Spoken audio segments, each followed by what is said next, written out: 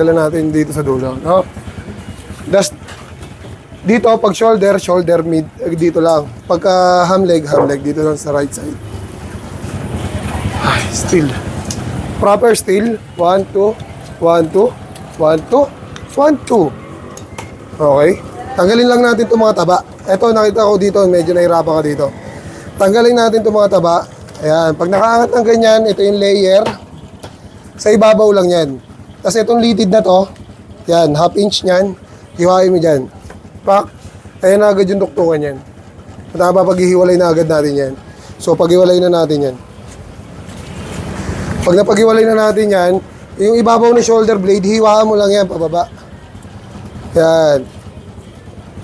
Pag nahiwa mo na yung pababa, hiwaan mo naman ng isa para maangat mo yung soft tissue. Yan, shoutout po sa lahat ng mga namimili sa atin dito sa Almacen Talipapa. Yan, angat mo yung soft tissue. Naangat na natin yung soft tissue.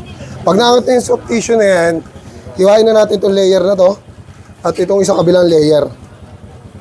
Yan, para may angat na natin at tuluyan yung lahat. Pag may nakakapit pa, hiwain lang ulit natin. Tapos tulak. Kailangan makita natin yung dulo ng shoulder blade. Pag nakita natin yung dulo ng shoulder blade, madali na natin matatanggal yan. So, paano magtanggal ng shoulder blade? Ganito ang technique gagawin natin. Hahanapin nyo lagi itong litid na to, itong puti na to. Yan, tanggalin lang natin yan. Pag natanggal natin yan, ikot natin yung knife natin. Gaya hanggang dito lang. Ganyan lang. Tapos, kaya sa ilalim, isa. Para matanggal pa yung mga nakadikit na laman.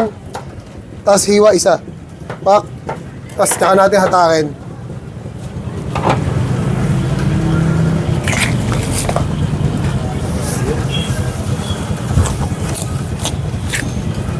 Ganyan lang. Tapos na tayo sa shoulder blade.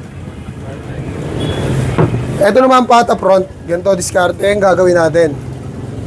Para di kayo mahirapan. Di ba layer tinuturo ko? Yan. Yung pata front natin nakaganyan. Layer, hiwa. Isa. Papasok yan, papasok. Para yung baboy natin hindi hirap. Hindi rin hirap yung position nyo. Yung position nyo ng katawan, nandito lang kayo. Di ba? Tapos pag nandito na tayo, layer. Di ba? Layer yan.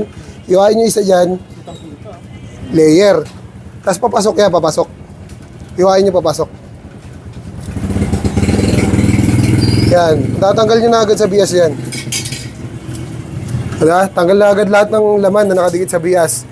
Ito, sa ilalim ng siko, pwede niyong pantayan niya mamaya. Pero tanggalin muna natin yung mga laman dito na nakadikit. Kaya, pag nagawa nyo na yan, ikot nyo yung kasim, paikutan nyo ng hiwa to. Ilalim ng bias. Para matanggal lahat ng nakadikit na laman sa ilalim. Okay, pagka nagawa nyo na yan, ito lang yung ilalim ng siko, pantayin nyo lang dyan, hiwain nyo yan. Tapos tsaka nyo ikot yung knife nyo para mabilis tayo matapos. At kung di pa kayo nakapollow sa akin, mga kapatid, follow nyo na rin ako. At maraming salamat sa panonood.